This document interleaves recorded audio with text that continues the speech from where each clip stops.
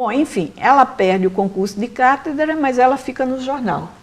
E enquanto ela está no jornal, em 1931, realiza-se no Rio de Janeiro a 4ª Conferência Nacional de Educação.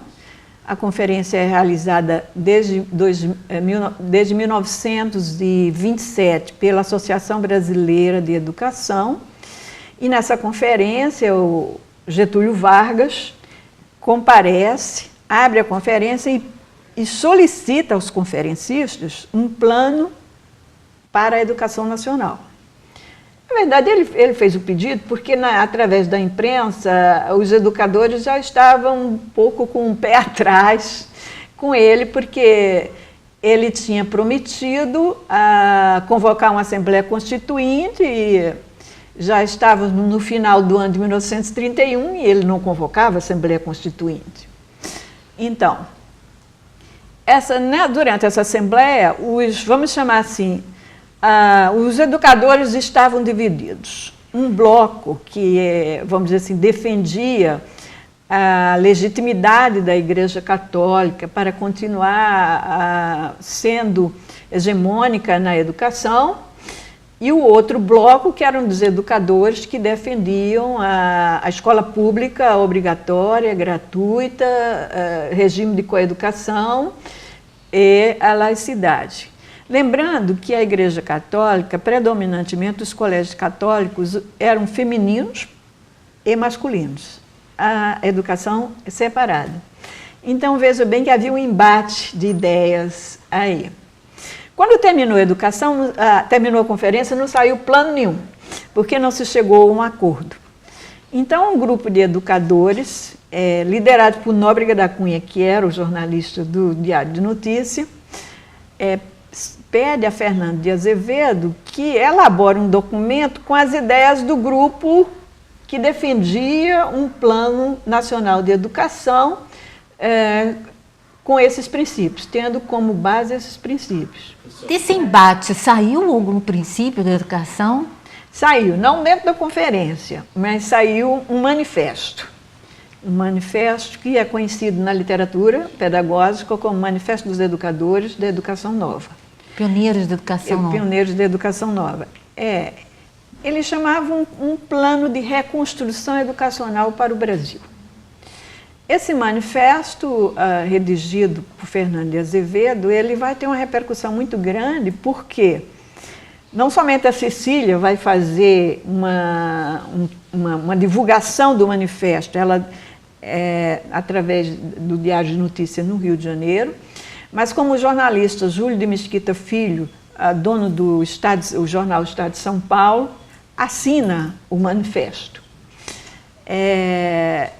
E a divulgação do manifesto, não só através da imprensa, que aí chega a um número maior de pessoas, mas foi impresso em livros. Então, 26 educadores, jornalistas, intelectuais, professores, assinam um manifesto. 23 são homens e 3 mulheres somente.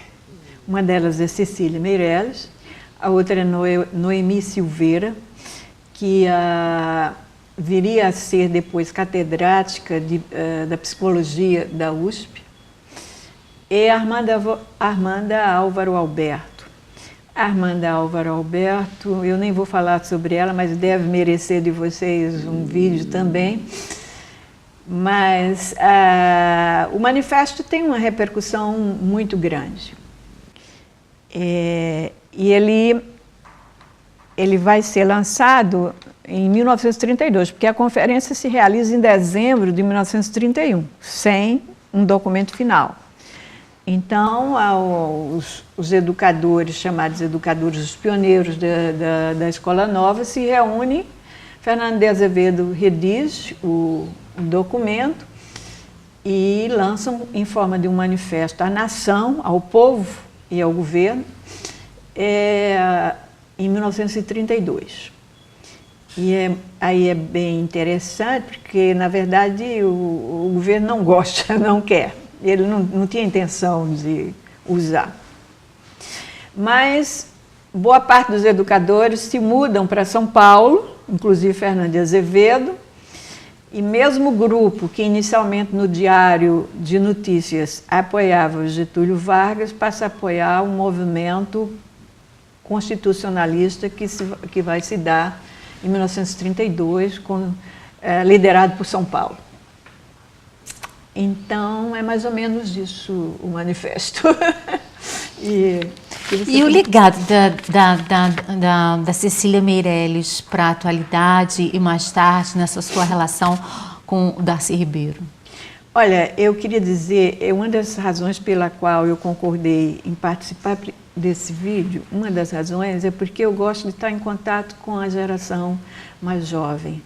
A segunda razão é que a geração mais jovem deve saber que pessoas pensaram em fazer um Brasil diferente, experimentaram uma escola mais democrática, mais prazerosa e mais competente para todos os brasileiros. Essas experiências sempre tiveram duração muito curta, porque sempre houve no Brasil aqueles que achavam e aqueles que acham que a educação é um privilégio, não é para todos. E os educadores consideravam que a educação é para todos. Nos anos 50, quando Anísio Teixeira retoma o projeto dos anos 30, há todo um movimento contra Anísio Teixeira outra vez. Porque ele teve um movimento contra ele em 1935, quando ele era diretor do Distrito Federal. Eu posso falar sobre o Centro de Cultura que ela criou? Em 1935, em 1934, Anísio Teixeira é secretário de Educação do Distrito Federal. Então, Cecília apresenta para ele um projeto de criar um centro cultural para a criança. Esse centro funcionaria num prédio chamado Murisco, que ficava aqui na Praia do Botafogo, que tinha sido inaugurado por uma grande exposição e que não tinha mais funcionalidade, estava meio que fechado. Então, ela e o marido dela elaboraram um plano para uma biblioteca infantil, aquele prédio ser usado por uma biblioteca infantil. Quando ela mostra a Anísio Teixeira acha que não só uma biblioteca, mas deveria ser um centro cultural para a infância brasileira no Distrito Federal. Então, eles ampliam a ideia original de uma biblioteca para um centro cultural, com exposições, jogos, biblioteca.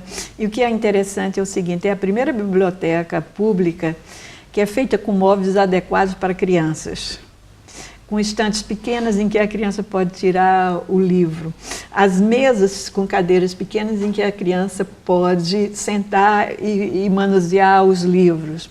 Tinha um espaço que era um teatro infantil. Tinha um espaço de criação de artes plásticas em que o marido da Cecília trabalhava com as crianças. Em 1934, o pavilhão é inaugurado. Cecília, logo depois, vai fazer uma viagem a Portugal, convidada pelo governo português, e quando ela volta, o Brasil está numa polvorosa, né? Então, Anísio Teixeira sai da Secretaria de Educação e a Universidade do Distrito Federal que ele tinha criado, na qual a Cecília dava aula de literatura, começa a ser, eu diria assim, gradativamente sendo fechada, né? E em 1937, o pavilhão é fechado, sob o argumento de que aquele era um lugar pernicioso para as crianças, porque tinha um livro impróprios para as crianças. O livro era um livro de Mark Twain, que era um livro lido em todas as bibliotecas do mundo inteiro. Tom Sawyer. Tom Sawyer. Eu li esse livro. Todo mundo lê Tom Sawyer, foi filmado, inclusive. Então, e o pavilhão é fechado, ela vive um momento dramático da sua vida, porque o marido vem também a falecer, mas ela continua a luta. Ela escreve um livro que se chama Viagem, que é um livro de poesia, ganha o primeiro prêmio da Academia Brasileira de Letras, mas alguns acadêmicos acham que ela não merece, que não deve se dar a ela, porque aquilo, mas no final deram o prêmio a ela. E depois ela se casa outra vez, e aí ela tem um período de grandes viagens, convidada pelo governo dos Estados Unidos, vai ao Texas, vai à Índia, e ela vai se dedicar ao teatro. Ela escreve peças e ela é tradutora também.